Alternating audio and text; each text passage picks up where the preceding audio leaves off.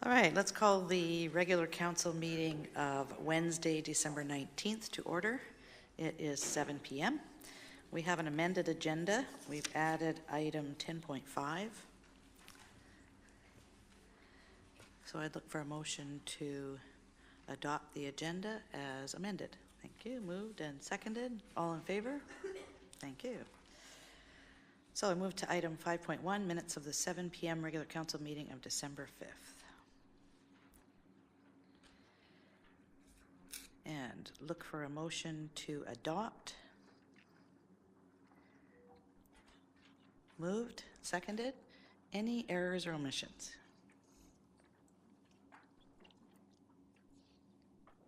All right, all those in favor? Thank you.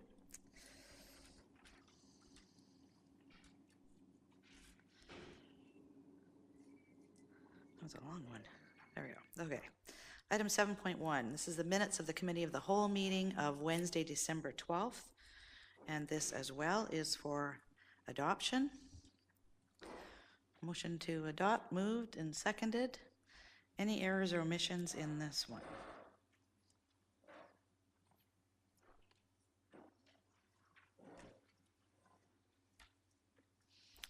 Okay, all those in favor?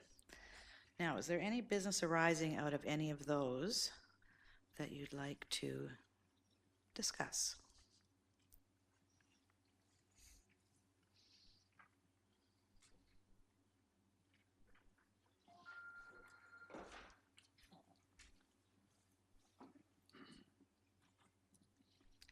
All right, so let's move on to bylaws.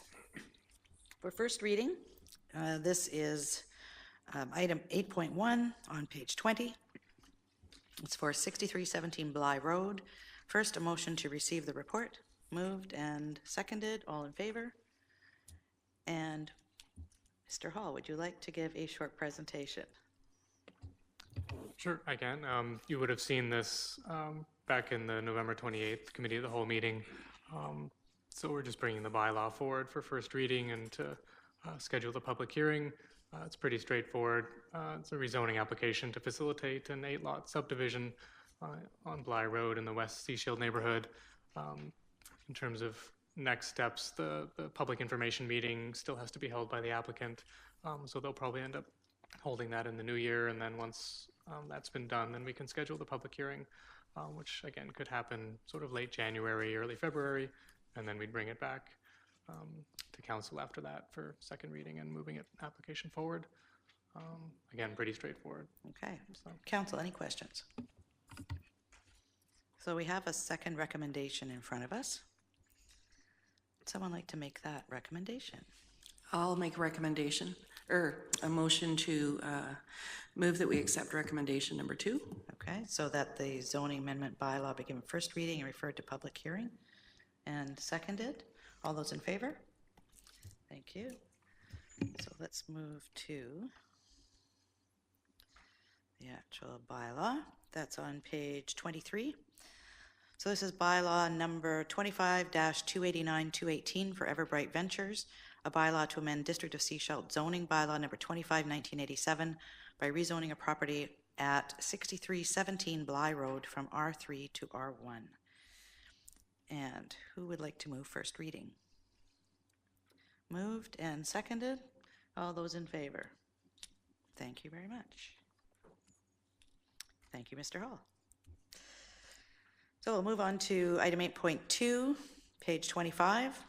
This is a zoning amendment bylaw number 25-267-215 resort dock, and this is for adoption for 6086 Poisey Island Drive. First, a motion to receive the report. Moved and seconded. All in favor? Thank you. And Ms. Letman.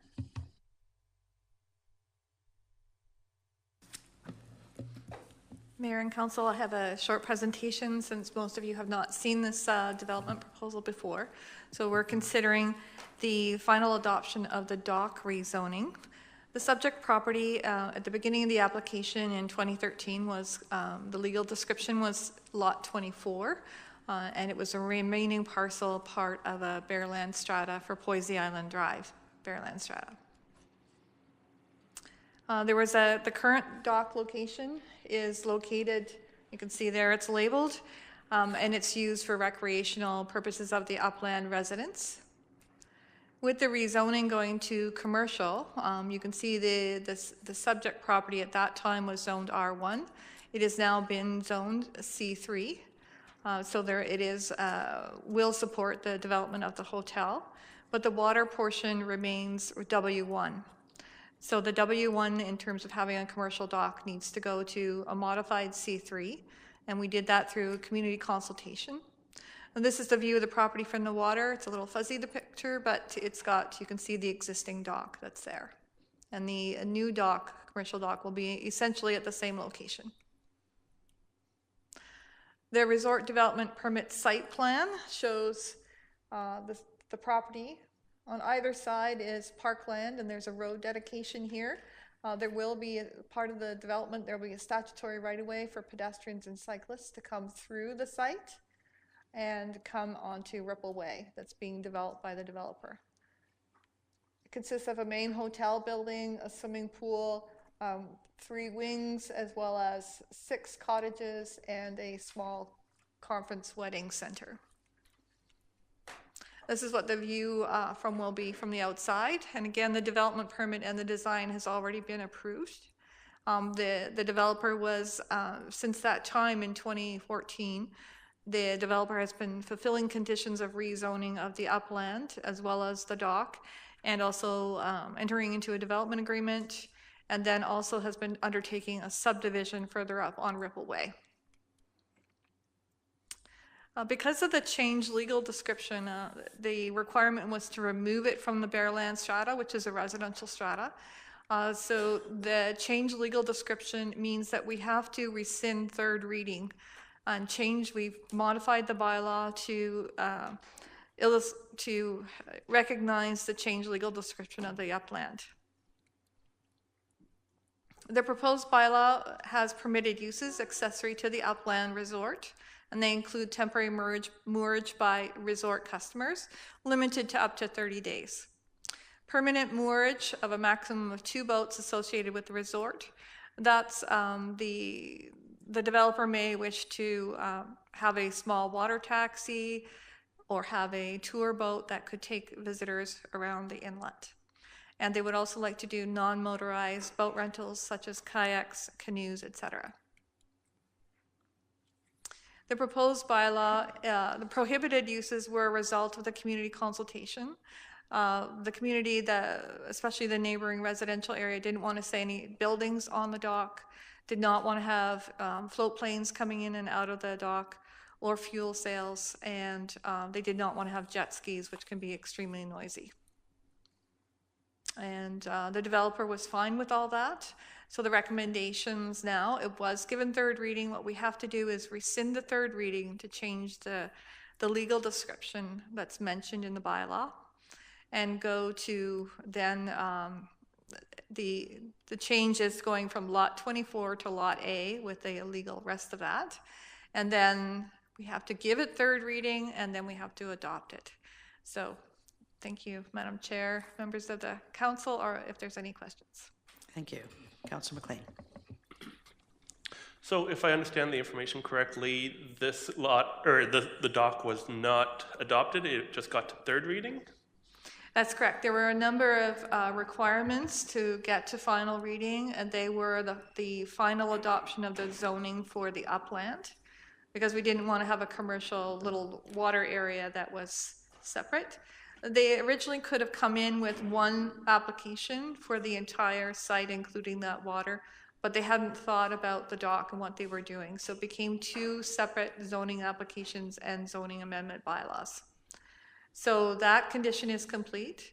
They also have provided a water source down at the dock, so if there is any fire that happens, they should be able to help with some water. And they also got the lease. We didn't want to bring forward an adoption of the bylaw that didn't have a water lease in place from the BC government, because the zoning is only for what's done on the surface of the water, and putting the dock in the water, the supports, is part of the BC government's purview. So there were those, I think, 3-4 conditions. Any other questions? Councillor McLean? Okay, so there was an image of the dock a few slides back. Was that the original proposal for the dock, or because I understand it was reduced in size a couple years ago? Yeah, this is one of the original proposal, what it looked like. And what they've done is they were going to construct the dock in 2 phases anyway. And after the consultation with the community, the developer agreed to reduce the footprint of the dock area to just the first phase, which is essentially right here, this part here. So these are quite large boats that are shown on here, so they will be able to get a few boats in there, but it won't be a marina. Okay, so that goes to my actual question, like, can it fit quite large boats? Are we going to be seeing super yachts coming into this place, or more the personal I boats? think that if a yacht was to come in, they would either do their tender, bring over a small boat, or they would come in and drop off their passengers and leave. Excuse me. So that the dock was still available. Okay. Any other questions? Councillor Scott?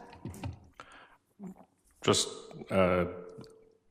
what was the rationale besides for not allowing him to allow drop-off and pick-up for float planes? At the public hearing, there was concern about the noise of float planes coming in and out. So keeping it to, the public input was to keep it to accessory to the resort.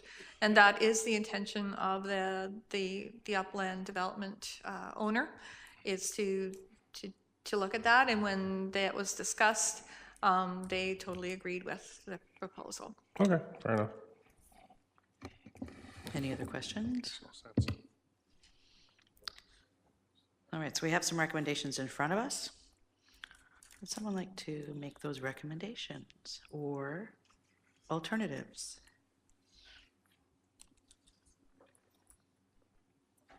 What's council's wish? Councillor McLean? Yeah, I'll move recommendations 2 through 5. Okay. Seconder? All right, any other discussion? All those in favor? Thank you. So let's move to the zoning amendment, page 29. So first, we're looking at rescinding third reading. So this is rescinding third reading of bylaw number 25267, 2015, resort dock. Motion to rescind, moved and seconded. All those in favor? Thank you. And then we need to move third reading as amended of bylaw number 25267, 2015, resort dock. And this will change the legal description in the bylaw as presented. So it's a bylaw to amend District of Sechelt zoning bylaw number 25, 1987 by rezoning a water lot fronting the upland lot A, District Lot 1509, Plan EPP 53374, from W1 Water 1 Zone to C3 Commercial 3 Zone. I look for a motion to move them as amended. Yes, moved and seconded. All in favor? And adoption? Okay, would someone like to move adoption of this? Moved and seconded. Any final comments? All those in favor? Thank you very much.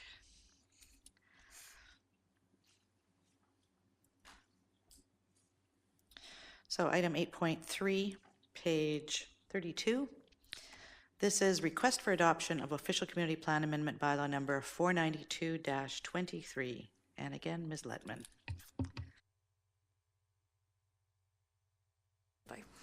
Mayor and Council, we have here before us the official community plan amendment adoption, as well as the zoning amendment bylaw adoption. And so I'm sure some of you are familiar with the BC Housing proposal for supported living of 40 units. And I have a quick proposal. This is the location, is on High Tide Avenue. This is the community garden site here. So you can see that here. Ebb Village Townhouse site, and this is Wharf Avenue here. And also on a bigger scale, some of the things that are around it. There also the existing shelter is located here in close proximity. The subject property from above looks like this. At this time, the district has approved closing off 2 meters of this road right-of-way in this location here. This road right-of-way is about approximately 26 meters wide, and the standard for district roads is 20 meters wide, so there is some excess there. We've allowed them, that allowed the building, the proposed building, to shift an additional 2 meters away from this neighboring property apartment building. So the distance from the neighboring apartment building to the new building will be approximately 12 meters. Another shot of the site looking back towards the adjacent apartment building, the end of the road right now. The proposal is also to try to save as many of these trees as possible that are in the road right away. They've been surveyed, and during construction we will be sort of taping them off, trying to save them as much as possible. The preliminary servicing plan, we just entered into a servicing agreement this week to do the engineering, and there will be a new sidewalk extension here to continue all the way around the new pavement in this area here. We also have those, you can see the extent of potentially the saved trees, and there'll be walkway lined on the pavement, but increased width of pavement in here all the way to Wharf Avenue. So it should improve the safety of the pedestrian movement. So basically pedestrian extended works are involved, and they're included in the servicing agreement.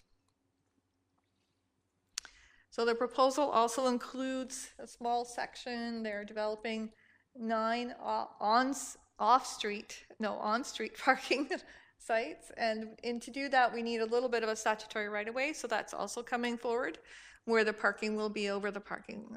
Because the parking, there were some concerns with only 5 sites provided on-site, and those are located in this area here. The building is totally accessible. The stairs here have been eliminated, so there is just a ramp now that will be coming through here.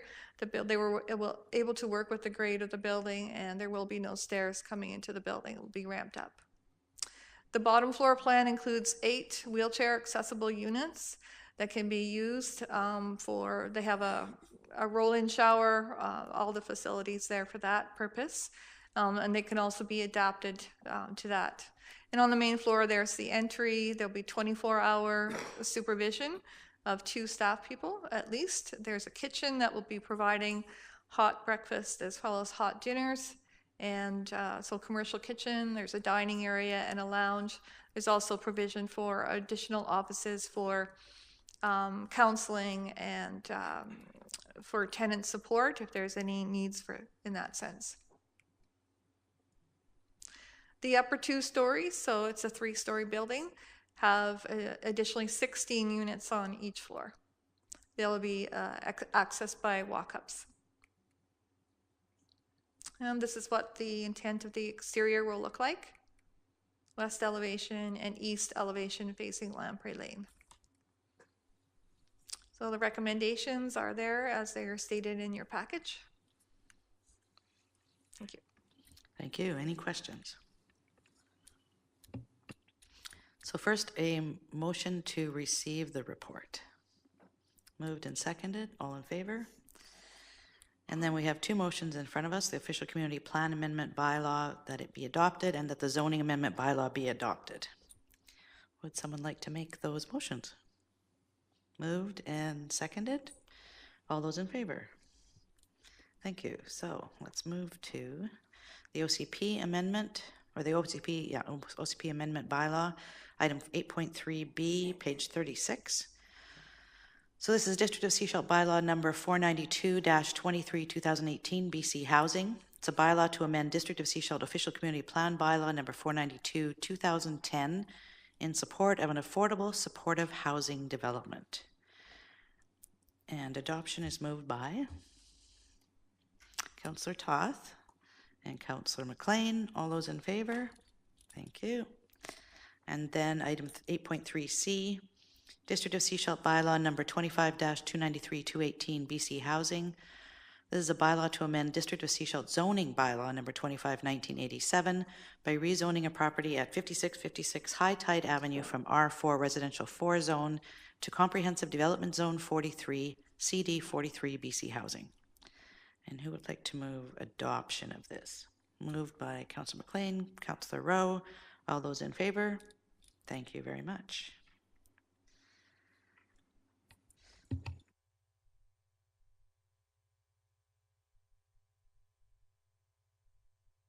So we'll move to item 8.4A on page 44. This is for consideration of adoption, amendment bylaw, subdivision and development control servicing standards bylaw number 430-5, 2018. First, a motion to receive the report. Moved and seconded. All those in favor? Thank you. And Ms. Letman, did you want to talk to this? So the proposed amendment bylaw will allow the period, right now, the preliminary layout approval for subdivisions is limited to 18 months with only one extension of 6 months. We found that in the past that some of the applications are complex, or they may have additional requirements such as development permits or development variance permits that need to be completed beforehand. And this, we believe, will solve that, and whereby at the discretion of the approving officer, with the agreement of the Director of Engineering Operations, they will be able to consider it on a case-by-case basis. Thank you. So we have recommendation number 2, that Council adopt District of Sechelt Subdivision and Development Control Servicing Standards Bylaw number 430-5, 2018. What is Council's pleasure? Okay, move recommendation. Seconded. Okay. Any questions? So all in favor? Thank you. So we'll move to the bylaw, 8.4B on page 47. So this is District of Sechelt bylaw number 430-5, 2018. And we have it before us for adoption. Who would like to move adoption? Moved and seconded. All those in favor? Thank you very much. So we'll move to item 10.1. This is development permit application for a 3-lot subdivision development of 5830 Marine Way, Pauley and Allenbach. First, a motion to receive the report. Moved and seconded. All those in favor? And we'll turn it back over to Ms. Letman. Thank you, Mayor and Council. This is a development permit application 2017-09. It's for a 3-lot subdivision application. The location is lot 105, and it's at the sort of the corner where Marine Way turns east and west, and it's a kind of hourglass-shaped property located on the waterfront. This property was created in 1980 with the legal plan 18319, and you can see a photograph of it there. The site topography is steep. There's approximately, I believe it's 26 meters in height differential between the roadway of Marine Way and the waterfront. In particular, there are steep sections that are coming in here along the waterfront, as well as in this location here. There's an existing driveway that you'll see in the next slide or so that follows the contours in this area. And there's a bit of a bench in here that would allow some development to happen. Again, you can see the driveway that's been roughed in here, coming in this location. These are a few photographs that were taken in 2014 or even prior to that, I believe. You can see the driveway that's kind of roughed in there. There's actually a bus parked up here on Marine Way, which is an unusual occurrence, but. Okay. It's not working. Do you want to advance? Oh, hold on. Maybe that was too far. It was too far. Okay. So the waterfront is similar to here. You can see that's part of it there. And we also have and looking in the other direction towards downtown Sechelt.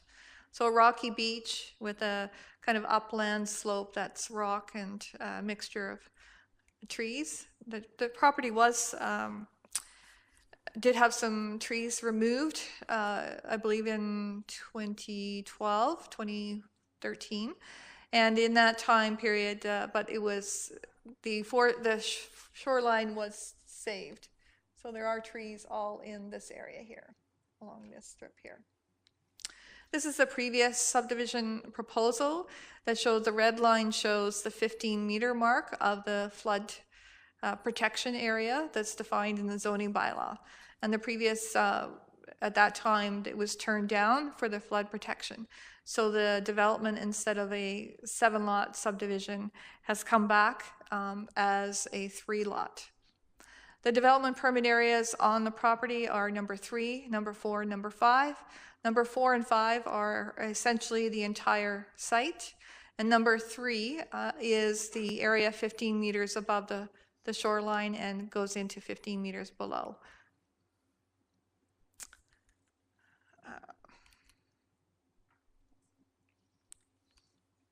It's taking its time. Is it going? Yeah, it is. Okay. No. Maybe you can advance it, Joanne, when it comes back on. Okay. The connection to the screen.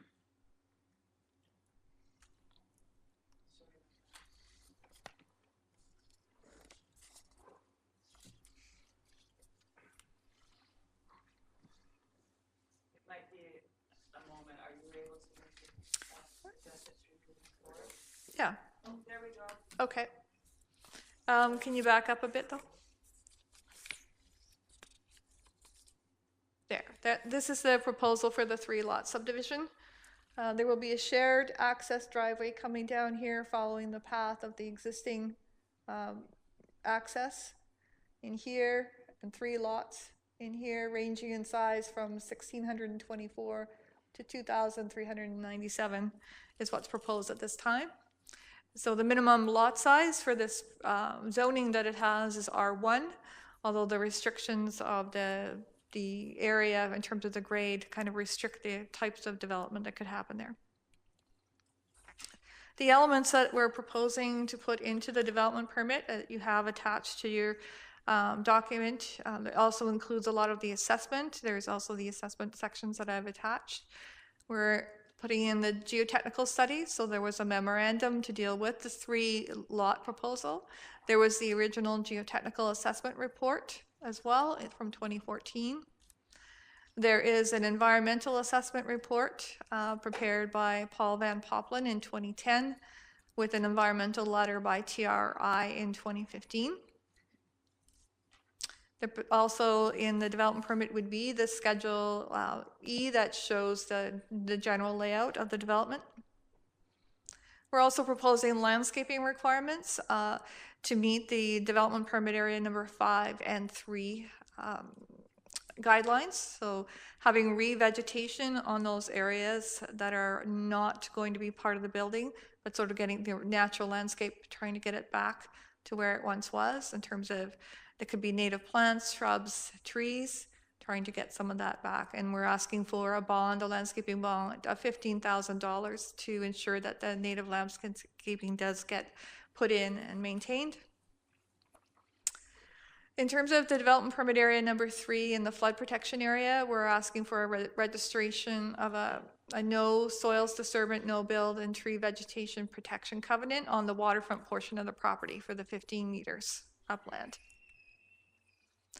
And then to look at the 30% steep slopes where development permit area number 5 says that development shouldn't happen in that area, we're looking for the no build covenant from the access driveway up to the top of Marine Way. So there would be a no build in that area. We're also looking for a covenant for 1 home per lot. Because the access is only by driveway, we do not want to see a lot of families living there or secondary suites or cottages. At this time, if your property is R1 zoned and you have a 2,000 square meter lot, you can put a guest cottage on, and any home can have a secondary suite in that area. So what we're saying is we would like to restrict it to one home, no secondary suites, no guest cottage, no second dwellings, and no further subdivision. Due to that, we would try to limit the risk that's involved with the site. One of the development permit area number 5 guidelines is to develop in accordance with the Green Shore principles. So there is a booklet that has a list of these guidelines, and what we're saying is if we put this on, then the next, through the subdivision development as well as the development of homes, they could follow these guidelines. And they kind of look at this type of area is the type of what would happen. They're trying to protect these types of ecosystems from a kind of rocky to a rocky beach area, and trying to improve the environment in that area. Terracing is encouraging, so we're asking that no retaining walls be higher than 2 meters, which is approximately 6'4" in height. We're looking for a stormwater management plan and its implementation to the satisfaction of the Director of Engineering and Operations. This would have been a requirement through subdivision regardless, but the development permit area number 5 does require it or make it as a guideline. So our staff's recommendation is before you there, that the development permit for the 3-lot subdivision of the plan be approved and that the property be developed in accordance with the plans and information contained in an attachment number 3 forming part of the development permit. Thank you, Mayor and Council. Thank you. Any questions by council? Councillor McLean. Sorry, I just lost my spot. Okay, on the consultant's report, page 54.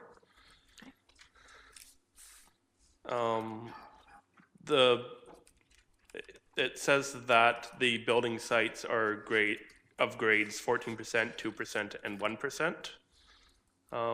Just looking at that site, it doesn't add up with what the site looks to be. It's quite a steep site. So I'm just wondering if... Yeah, I'll go back to, could you go back to the subdivision plan? Okay. I can move it ahead.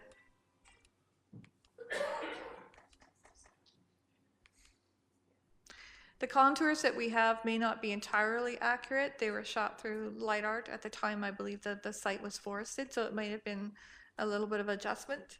What they're referring to is they've walked the site and they're saying that the house, oh, sorry, that's the old one. Sorry, let me go there. So they're identifying that these are the locations of the potential homes here, and they believe that those sites are at that grade. Okay. Any other questions by council? Councillor McLean? Could you clarify if there will be any sidewalks or improvements to Marine Way in front of this property? In terms of, so we haven't completed our review of the subdivision application because this is a hurdle that it has to go through. So we have not determined exactly that yet. There is some limitation on 3-lot subdivisions with no subdivision potential. So we will be looking at that. Okay. Any other questions? I have a question about the driveway. So would this be considered like a strata driveway then, shared and with easements over the other 2 properties for access? Or how does this actually get handled? What the proposal is for fee simple lots, not a strata. So a strata would have a strata road that would be a common property. This will require easement, whereby all of the neighbors will need to share, and we will make sure that it's a very strong easement agreement and not just this one can pass over that. As we want to ensure that there's discussion in the easement around maintenance and upkeep, that kind of thing. Okay. All right, any other questions by council? Councillor McLean. Okay, so I just have concern with the restriction on no secondary suites. I understand the restriction on guest cottages and that we don't want to be building above the road because it is quite steep there. But secondary basement suites, for example, I think is something that we should be encouraging in all of our development. And I don't see, like, the lots are big enough to have enough parking, I would imagine. So I'm just struggling with why we're banning secondary suites. Because you'd be, in essence, quite often doubling the traffic on a singular driveway, and it can cause some issues, as well as there won't be a very large parking areas if these become larger waterfront homes. So every secondary suite requires an additional parking space that has to be independent of the other so that it can freely move in and out. So we felt that we wanted to try to limit the amount of traffic that would be going down a single access driveway. Okay. How wide is the driveway? The developer is proposing 4 meters in a 6-meter wide easement. Is that correct? The fire department has requested something a little bit wider, and we'll be working with the developer on the exact width of that soon. So is that wide enough for 2 vehicles to pass by? 5 to 5.5 meters is large enough, I believe, for 2 vehicles to But pass 4 by. isn't, so that will have to be worked on. That's partly why we wanted to, and the fire department's trucks are much wider, and they would be going down this driveway if they had to, and then backing up, because there may not be room in the driveways to turn around. So that's why the requirement for the extra width, if they do have to drive down. They can service possibly from Marine Way and down a steep slope to the homes, but it will remain to see how much it is. Okay. All right, council, what would you like to do? We have a recommendation in front of us. Are you comfortable moving this recommendation forward? And if so, I'd look for somebody to move either as presented or as amended. It's on page 49. Don't know. Yes. I Councillor move Scott. recommendation 2 as presented. Okay. And would somebody like to second that? Seconded? All right. Any other questions? All those in favor? Thank you.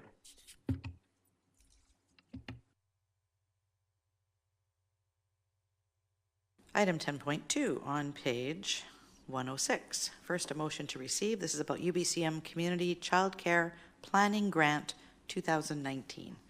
Moved and seconded. All in favor? Thank you. And Ms. Letman. Thank you, Mayor and Council. The UBCM has got a community childcare planning grant available, as well as a capital grant. At this time, earlier in this year, we met with Vancouver Coastal Health, with the town of Gibsons, and the regional district planners, representatives, and as well as the early childhood education from the school district. What we wanted to do was work together. We recognized the need that from the Gibsons area all the way up to Pender Harbor, there's very little numbers to say exactly how many children need care, and so the assessment needs to be done. And we thought it would make sense that when these planning grants came available, that we work together to try to get a grant to look at those kinds of things for planning purposes. So, if there's any questions, other questions, I can answer those. Hey, questions? Councillor McLean.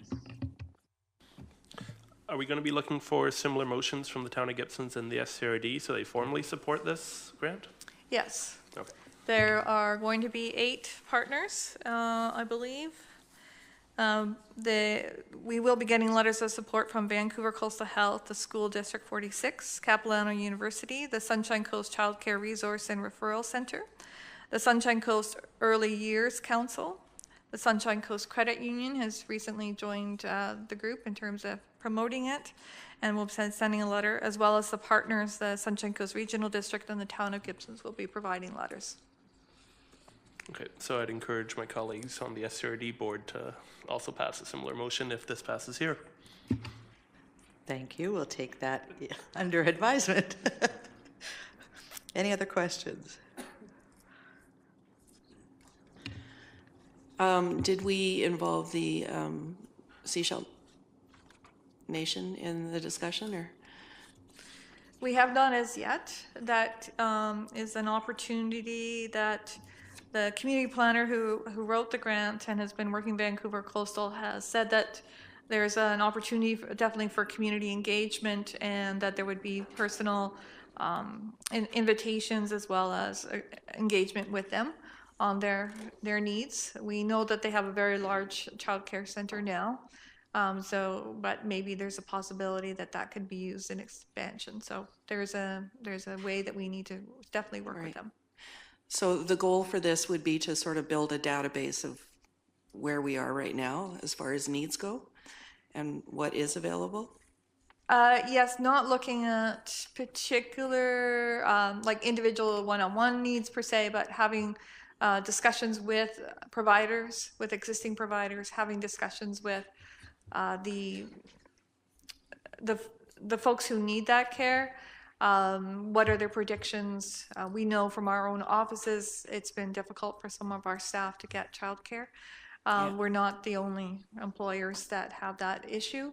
And we also know that the YMCA is a new proposal that's coming forward. And there's another childcare out on Reef Road that recently got some funding as well. So we want to try to make a coordinated approach to see where our future needs would lead us as well. Thank you.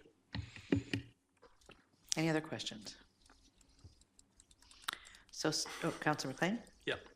I just want to take note that if successful, this grant would pay for some District of Sechelt staff time, if I'm understanding this correctly. Yes, that's correct. The grant is, it's funding the project 100% is how we're looking at it. We would hire a consultant who would essentially work on the essential parts of the project, but the staff would help out with some administration as well as public engagement and providing venues, that kind of thing. Okay, so I appreciate that that funding is included in the grant. Any other questions? So we have two recommendations in front of us. That staff be directed to submit an application to the UBCM Community Childcare Planning Program for the purpose of obtaining a grant. And then one of the requirements of the grant is that we pass a resolution indicating our support for the proposed project and a willingness to provide the overall grant management. So what would council like to do? Councillor McLean? I'll move recommendations 2 and 3. Great, and seconded? Okay, sounds like everybody wants to second it. All those in favor? Thank you. Yes. We have had some of our staff go off on maternity leave at the district and then not be able to come back because they can't find daycare. So it is a need all up and down the coast for every business. The hospital also expresses the same. So thank you for taking this on. We look forward to the results. So item 10.3, page 119, this is the Biosolid Processing Services Agreement. And Mr. Kootenay. So first, a motion to receive the report. Moved and seconded. All in favor? Thank you. And over to you. Yes, Mayor and Council, you have the results, excuse me, of an RFP that was issued in September. You have the report, the contract that was made by Lindstone, and the RFP. The contract that exists today expires December 31st, and that's the agreement to lease the Dusty Road site as well. So this is to take on the processing of the biosolids that are made at the Dusty plant. All right, council, questions? Mr. Kootenay's waiting with his microphone on. Any questions? Councillor Scott? The Dusty Road site, the $50,000 bond that you say is being held back until they clean up the site. What's the projected cost to clean up that site? We don't have any projected costs. We're going to make sure that site is spotless as they move and transition out. So I'm hoping that I can basically give them back their whole $50,000, but we'll see at what they do as they transition out. So, thank you for forwarding the previous contract. It states in here the financial implications that the costs are the same, but when you look at the original agreement and then the amended agreement in 2017, there is a significant cost increase over the course of the period. So I'm kind of lost where you say the financial implications are the same. I don't have that breakdown in front of me. However, when you look back Would you like it? I'm sorry? I have it. Oh, So the initial agreement in 2013 was $120 a ton, including transportation. The amended agreement is $160 a ton, including transportation. And this agreement is $190 a ton, including transportation, for the first year. So we saw a 35% increase in the amended agreement in 2017, and now we're seeing another 20% increase. So it's a significant increase. if you look at page 157 of the RFP,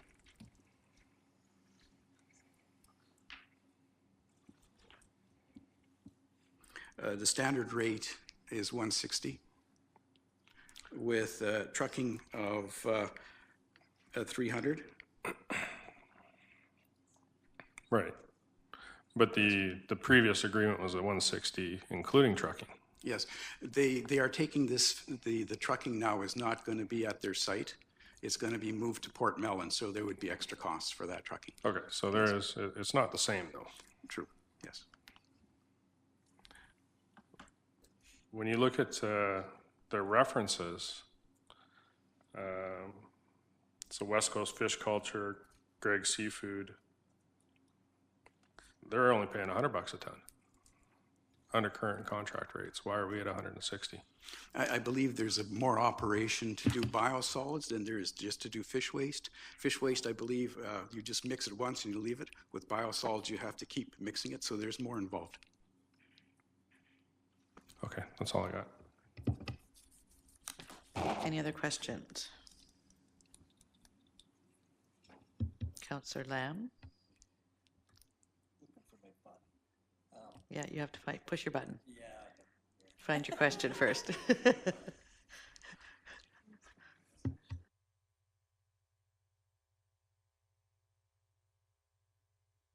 Councillor Toth, we'll give Councillor Lamb some time to find his stuff. Thank you. The RFP was issued on September 14th. Is that a standard turnaround time for the RFP and all that? And then here we are making a decision 12 days before the contract expires? We kind of had to compress it. We were working with Gibson's, but unfortunately the CAO wasn't there at the time, so he kind of wasn't involved. So we learned after the fact that they went out for their RFP, we're going to do a joint RFP. So we scrambled together to get an RFP in place, and I'm really happy that we did have a chance to get it out and have it reviewed and come back with the results. Okay, one other question is, do we know how these rates compare with the Gibson's RFP and what they're looking at? As the RFP says, they're the same as Gibson's. Okay, thank you. Thank you. Councillor Lamb. Yeah, so Salish has been taking biosolids for 4 years now. Have they been able to reuse that product? Have they been able to dry it and you reuse it? They are definitely drying it and producing they're producing compost. What they're using it for, I believe they sell some. We do purchase some. Where the bulk is it going, I'm not sure. If it's being used for land reclaiming, I'm not positive. Okay. And so we don't know if they've been able to come up with a Class A product? They have been, yes, they have been producing a Class A product, yes. Okay. Okay. Okay. So this contract, they want to start the contract January 1st, but they don't own the equipment right now to. That's correct, yes. What they're doing is they're working with their counterparts to get that equipment in. They'll be processing for about 6 months in the existing site. They will be transitioning out of Dusty, and then once that equipment arrives, they will be moving that over to the Port Melon site. Okay. Okay, one of the things I'm just looking at this is it's basically $250,000 a year. It's a fairly hefty contract, and so, who picks up the tab for that? How do we pay for that?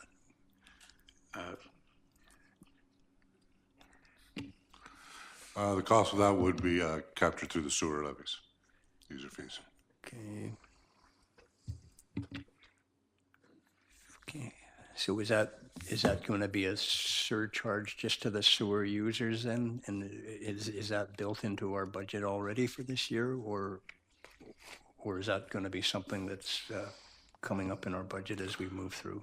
No, Your Worship, through to Councillor Lamb, the costs for these are included in the budget that was presented in last week for the sewer levies.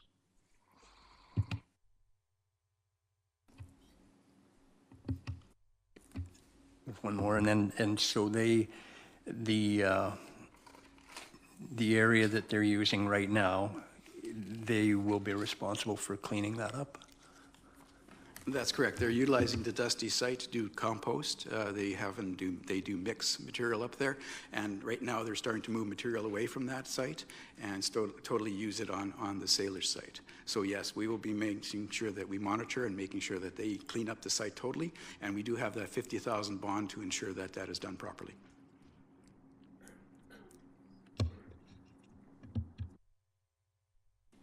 Councillor Lamb?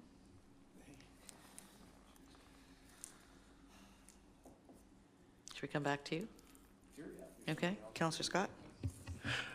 So you mentioned that they're going to keep using the existing site until they get their turner in or whatever the heck that is. Are we going to be required to pay this $300 trucking fee for the whole period of time while they're actually just taking it under the existing contract? I haven't had a chance to discuss that with them, but I will be discussing to see if there'll be a reduction in those travel costs. There shouldn't be any trucking costs. It should be status quo until they have to take it down to. We do pay trucking costs now, right, for them do? to take it to the site from our what's it called WRC to their sites. We do pay that now, so there will be some cost. Yes. Okay, the contract that was presented to me in that amendment was 160, including trucking. Yes. What happened was there was a transition with the trucking contractor, so it was eliminated as we renewed it. It was eliminated from their cost and put onto a trucking firm. So there were actually two contracts in place, one for Sailor Soils and one for Graco at the time. That's correct. For the trucking. Yes.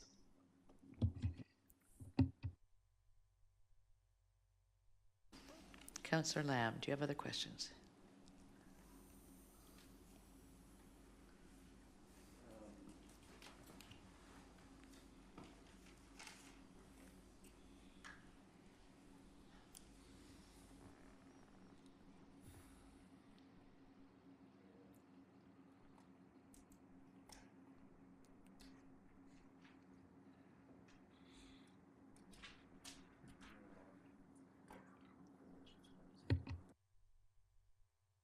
Councillor Todd. Thank you. On page 144, talks about material contents within the biosolids. Are there any concerns with heavy metals and composting and reusing this in places? Like, are we, not to get into material sciences, but is there a concern with contamination? According to the compost, when it gets to a Class A, I believe there isn't, because again, it's utilized as a Class A compost. Okay, thank you.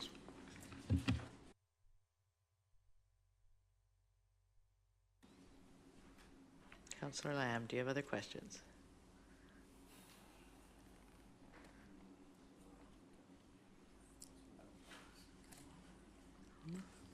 I guess one of my concerns is biosolids is, it's kind of a tricky situation because you can't, it's not, you just can't mix it in with your compost and sell your compost. So it has to be dealt with appropriately. So I'm just concerned about, is $50,000 an appropriate, is it enough money to deal with, if you're saying they're working in good faith and they're cleaning up the site, but and I guess it's so hard to say because maybe today there's $500,000 worth of cleanup that's needed.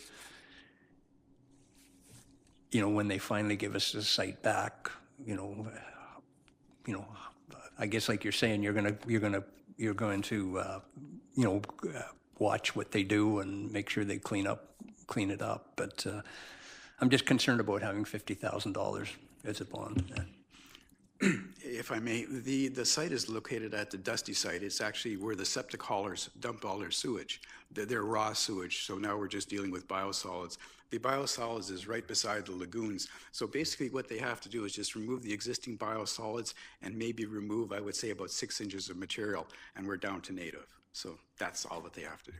So it's very minimal on cleanup.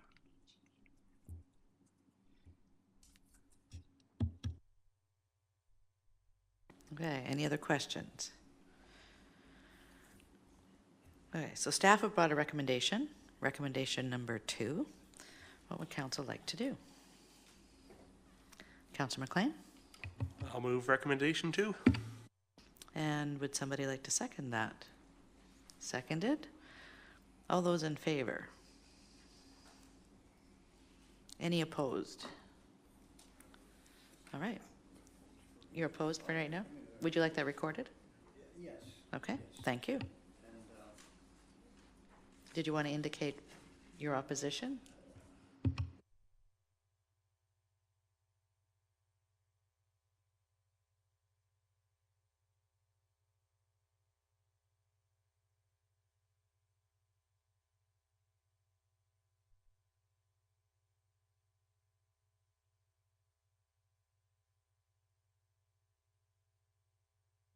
I guess for myself, like it's, obviously we have a status quo here. So, I think, we're a new council, it's a big contract. We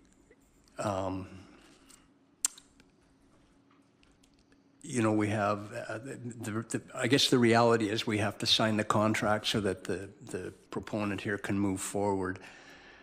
But, the reality is we're sitting here for 6 months, nothing really changes. Do we have time to, just make sure that we move forward that things are going to fall into place the way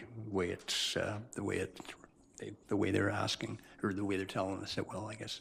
So that's why I'm holding back. It's just, it's an awful lot of information for just actually being a council that's been here for 6 weeks. So, thank you. I understand. In reading the contract, there are a lot of check stops, I guess, inside of there, and ways that our staff can actually deal with non-compliance. It's been built into the contract, and I think that would alleviate any kinds of concerns that would potentially come forward. It went by legal. They helped us put that together. So, I mean, I'm comfortable that they've done the work that needs to be done. Okay. Any other comments at this point? I'll just say maybe to staff, it probably, in retrospect, we should have probably done a field trip, might have helped us understand this a little bit easier. So if there's anything else coming up, we need to do some site tours. Yeah, and more information and due diligence up front. Okay. Thank you. So we'll move to item 10.4, This is from the Director of Corporate and Financial Services, and it's regarding a public engagement strategy. And first, a motion to receive the report. Moved and seconded. All those in favor? Thank you. And Ms. Thank you, Madam Mayor. So as part of the public or the budget process, we are required to engage the public and to get their input on the upcoming financial plan. We're proposing sort of a three-way approach. One is to have a briefing with the local media to facilitate sort of a more in-depth conversation with them to help them understand our budget better, and hopefully they can report out better on what's happening in the budget. They can ask more in-depth questions for us. Another would be to have comments on the district webpage. I would be soliciting comments and concerns, forwarding them to council.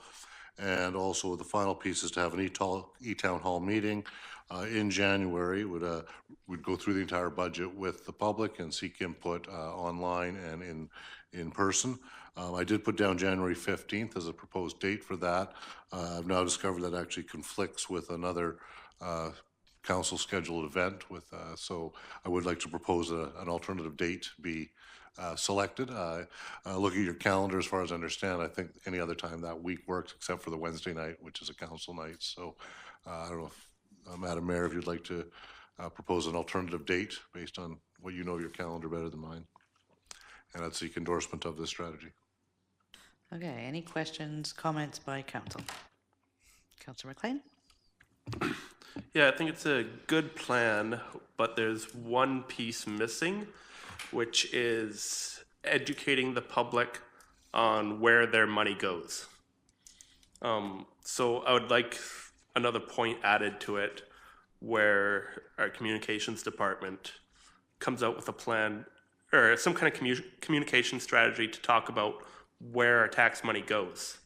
I think budget time is a great time to talk about that and just educate the public on where the money goes, what departments, and that's both for the District of Sechelt and the SCRD, particularly how the SCRD budget impacts residents in Sechelt. Because at the end of the day, we only get one tax bill. So looking at some kind of collaboration with the SCRD and putting that information out there and just getting more public information about us. Okay, so first I'm going to address the SCRD piece. SCRD won't actually be starting their, well, they've done a pre-budget, but they won't do their next budget until February. And inside of their process, they will actually come out to they'll come in front of us and give a breakdown of all that information. It's part of their process, what they do. So we will, if we're looking at doing some work in January, they won't actually be ready to do anything in January. So that would be something that would come in later. And then to your point about communications and a breakdown of where the money goes, I believe that would be part of the e-town hall that would be proposed. And Councillor Stewart, yes, Director Stewart can speak to that. Thank you, Your Worship. Yeah, certainly I could make sure that part of that presentation did go into depth as to where the money went, what we're spending our money on. We could make sure that same information is on the website, so it's out there early so people can look at it ahead of time. Okay, any questions? Councillor Toth? Thank you.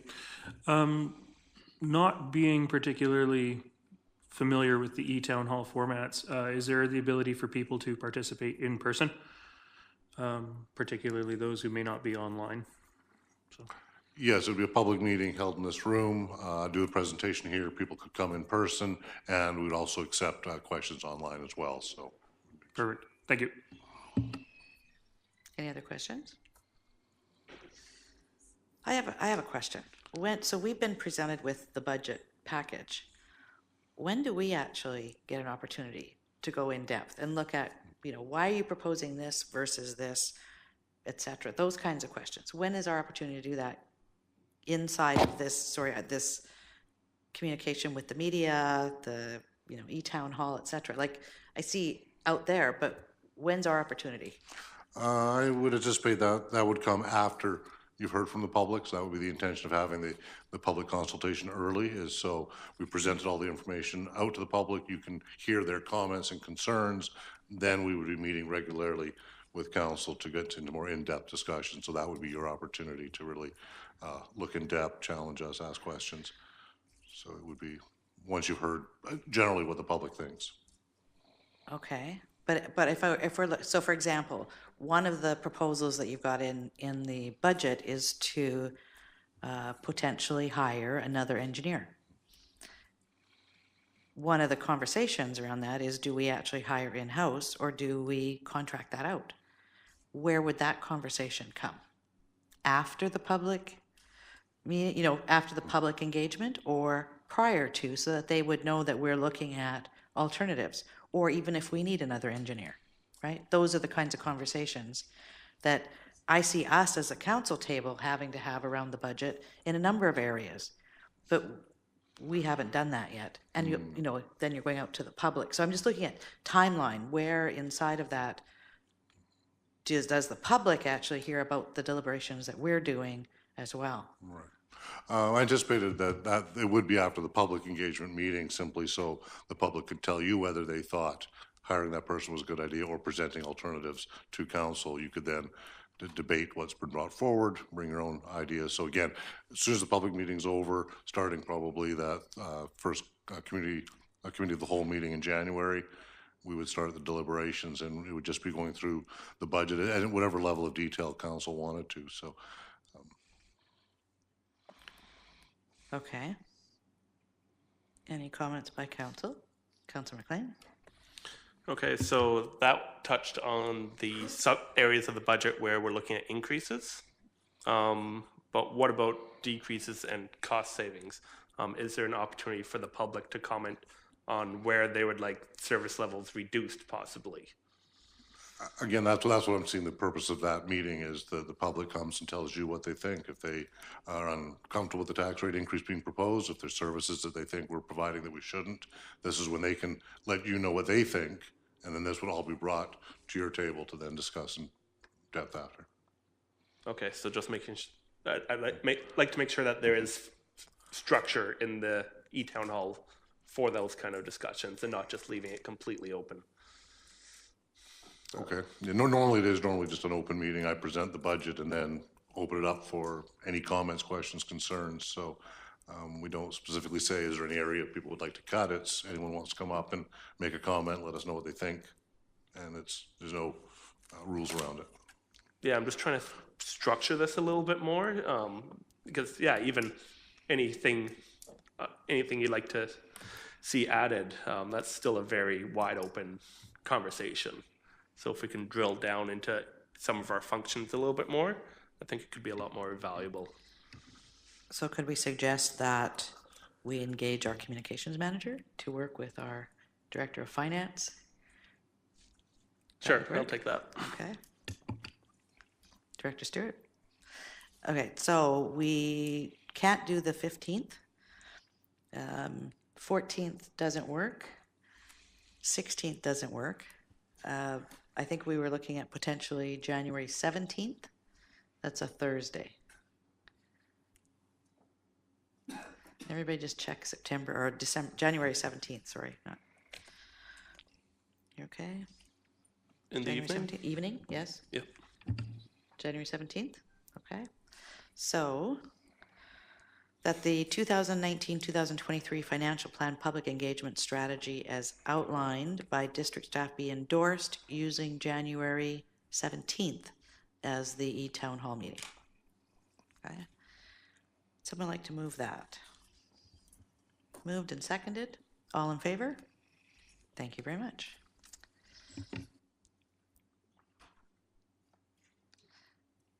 And then we have item 10.5. This is a letter of request from BC Housing and Ms. Letman. Yes, Mayor and Council, we received this letter of request yesterday. It was initially sent by email, and we asked them to address it to Council, so we did receive it, but as a late agenda item, so I apologize for that. This is to do with the BC Housing development site is again on High Tide Avenue. And what they're requesting is a sort of fast-paced construction. I'm not sure if you're aware, but the units are all going to be modular, and they're built off-site in a Lower Mainland location, and then they're shipped here and kind of stacked and put together, and then the cladding on the outside. So it won't be as noticeable shouldn't be at all from the outside, but the building will go up quickly. And if you're familiar with the Arrowhead Center and the 8 housing units there, they are as well modular units that were stacked. So that's an example of what it can look like, but you really can't tell from the outside. So what they're asking for is to be able to work on Sundays and holidays, and our noise bylaw does not allow that. For holiday construction, for any business engaged in construction is not allowed to perform on holidays or Sundays. They're asking if they can go ahead and do that, and they're asking for the exemption. And so staff has a sample motion. Do we have the sample motion? We drafted one that you may wish to consider. So that's the letter of requests for extended work hours be received. Whereas BC Housing has requested extended construction hours on Sundays and holidays on their on-site building permit and off-site servicing agreement works for the development of the property addressed as 5656 High Tide Avenue. Therefore, BC Housing requests for exemption to Noise Bylaw 519/2012, Section 4, specific regulations, paragraph E, holiday construction business noise is approved with the following conditions. And staff are suggesting that it be Sundays and holidays construction be limited to 8 a.m. to 5 p.m. The duration of the construction period be limited from January 3rd, which is when they intend to start, to April 2nd. They hope to complete all the construction by the end of March, so it's very fast-paced. And that neighboring residents within 100 meters be notified of the time period 8 a.m. to 5 p.m. Sundays and holidays, the January 3rd to April 2nd duration of construction, and that the site superintendents and the Metric Modulars contact telephone numbers be given to the local residents. Thank you, Mayor and Council. Thank you. First, a motion to receive the report. Moved and seconded. All in favor? And then any questions? Councillor McLean. Yeah, I'd like to amend the proposed motion to be 9 a.m. to 5 p.m. I feel like an hour's worth of construction productivity is worth a lot less than an hour's worth of sleep on a Sunday. I think we'll get a lot less complaints from the public if we just shift that to 9 a.m. and we won't have too much of an impact on the project. Do we know that? Well, the existing, the daytime hours that they're asking during the weekdays and Saturdays are actually less than what the noise bylaw allows. They could add an extra hour during, Monday to Saturday that would make up for that. Okay. Any other comments? Councillor McLean. And then just further, construction projects always go over time. They're pretty much always delayed in my experience. So this hard deadline on the noise bylaw exemption is a little worrisome. I'm wondering if we could extend that now or just leave it as is and extend it if they happen to be running late. I think that this time frame will allow them, like the cranes, et cetera, to come in and put the modules in place. So those will be done way before April 2nd.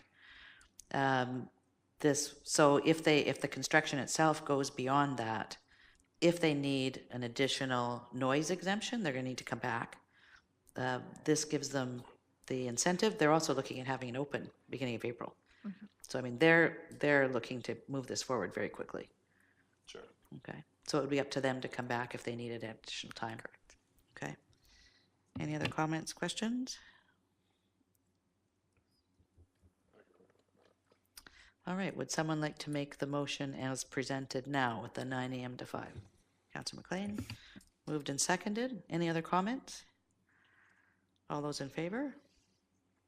Thank you very much. So before Ms. Letman leaves, because she's probably not going to stay for the rest of the meeting. I just wanted to make a comment. Today's Angela's last council meeting. She's retiring. So we want to acknowledge all her contribution to the District of Sechelt for the last 12 years. Thank you very much.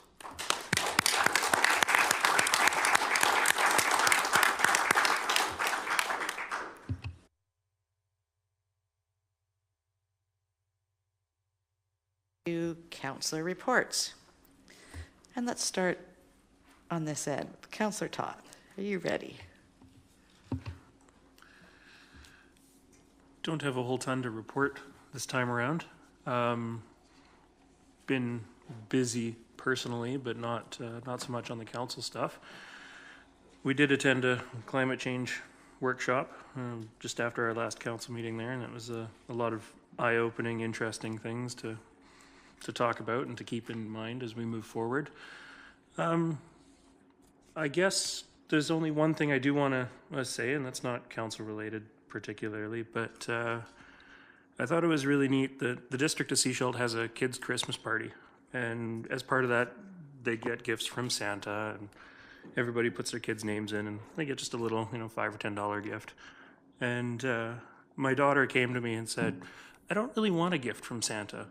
Can I just not have anything?" And I said, "Well, it's nice that you're not wanting to get stuff, but you don't want to get left out." And she said, well, what about a donation?" And so my daughter asked that Santa, through the District of Sechelt, make a $10 donation to the SPCA in her name. And they did. And that's kind of what Christmas is all about, is being good to our community and good to our neighbors and our friends and family, and not always the material things. So that's it for me. Councillor Scott. I've been just busy work in my day job, so I have nothing to report. Yeah, he has a day job, yes. Councillor Rowe. I as well. It's been a bit quiet. I did want to make a comment about Have Your Say Day, though. That was December 6th.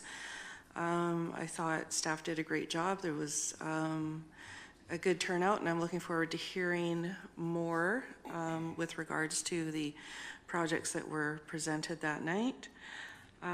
Climate change workshop that I was with Alton and the mayor was, yes, eye-opening and food for thoughts, and lots of things that we're going to have to consider, given that we are pretty close to that ocean.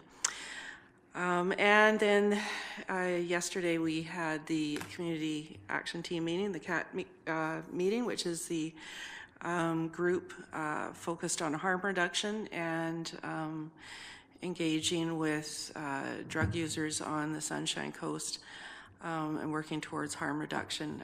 So you're going to be hearing quite a bit about that project coming forth. You might see that there's a meeting that they're trying to pull together for this weekend with drug users to do some surveying and find out what their needs are around harm reduction. So that's going to be some great work as well. And I just want to wish everybody a Merry Christmas.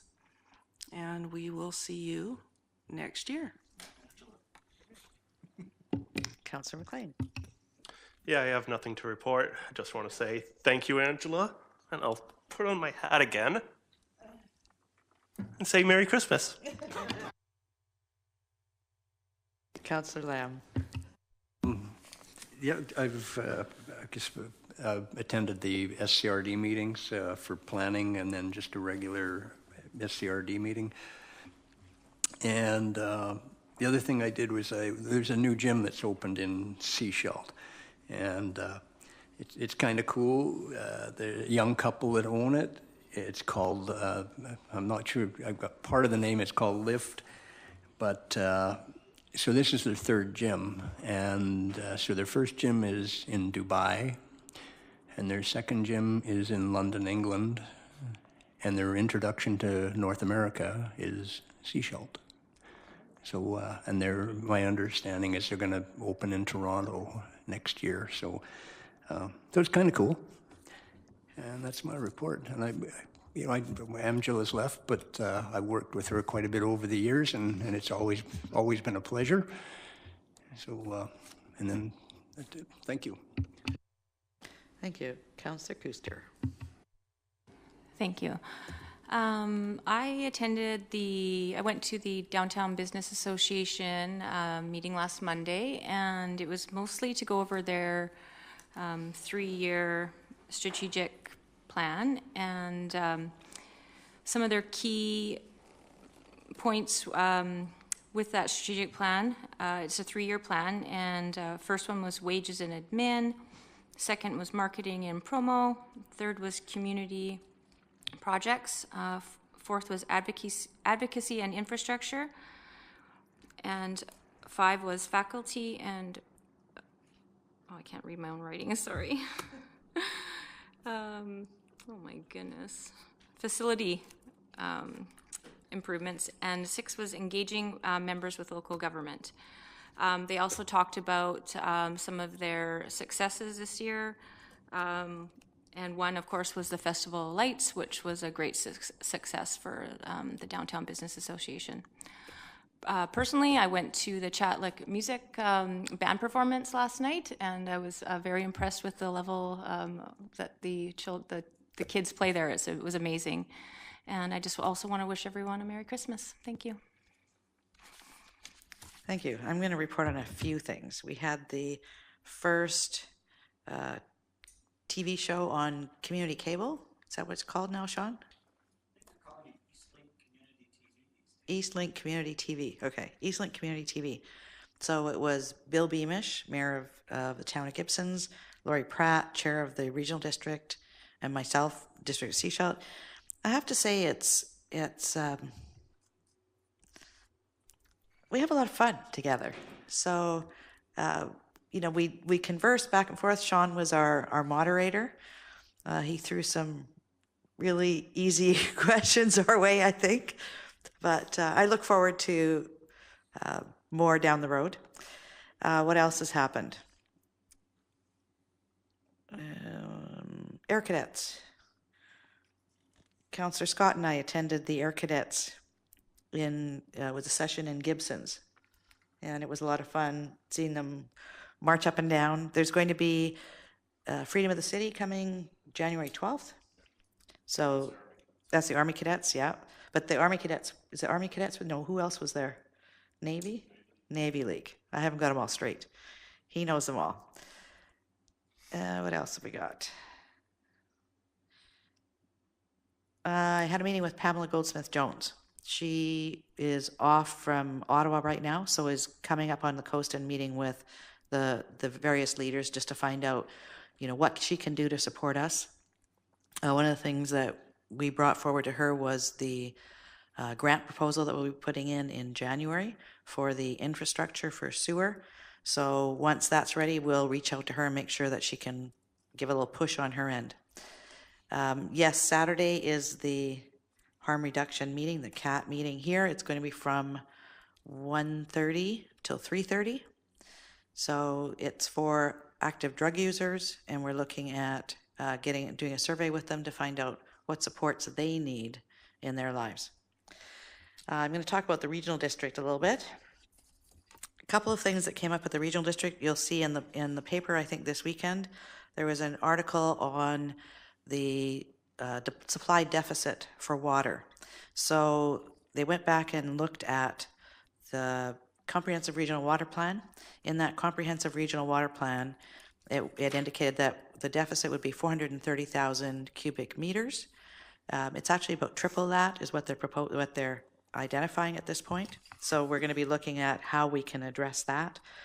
Out of that, we've also put forward a request to staff to look at how to identify the criteria we would consider if we were looking at limiting development because of supply, shortage of supply of water. So preliminary information will be coming forward on that to us. There's lots of people in the community addressing this, looking at it, following us. But this is actually to identify what do we give priority over what. So that's a conversation we're going to start. The other thing that came forward too is around regional planning. And we requested that the regional district look beyond their own policies and guidelines and programs and engage up and down the coast. So we'll be seeing some more on that coming forward in the next while. And budget for January has been changed. The date has been changed. They were going to do the second round of budget in January, and they've moved that to February now because at the end of January they're anticipating getting the contract with BC Transit and some of the water reports. The water report back on the well should be back actually anytime now, but by the end of January they're anticipating having further information that would inform the budget. So they didn't want to have the budget meeting before we actually had the numbers. So they've pushed it back until February. So that's for your information as well.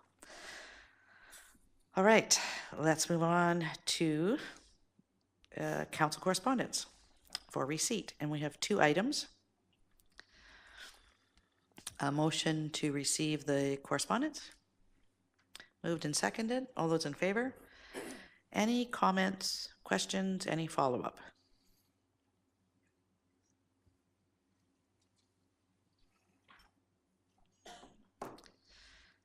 Okay, so last item, item 12.2, is the visitor information statistics for November for receipt. Motion to receive, moved and seconded. All in favor? Any questions, comments?